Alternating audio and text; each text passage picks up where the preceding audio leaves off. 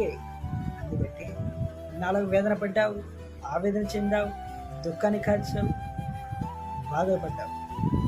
కానీ అవన్నీ పాతవి గతించాను, ఇప్పుడు నూతన కృత ఆయన అనుకుగా పాతవన్నీ గతించి మర్చిపో.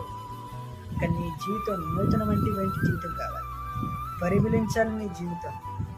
చీకటిగా ఉన్న బ్రతుకు వెలుగుగా అయ్యి నలుగురికి కనపడాలి. వెలుగు చీకటిగా ఉంటే ఎవరికి కనపడుతుందండి? నువ్వే ఒక వెలుగు స్తంభమై, అగ్ని స్తంభమై నడిచి నలుగురికి వెలుగివ్వాలి.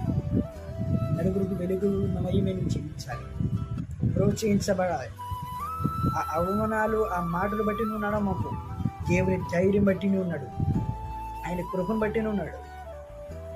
భక్తి సాధన చేయి, ప్రార్థన పెనుగులాడు, ఆయనతో వాక్య ధ్యానం చేయి. దేవుడితో మాట్లాడతాడు.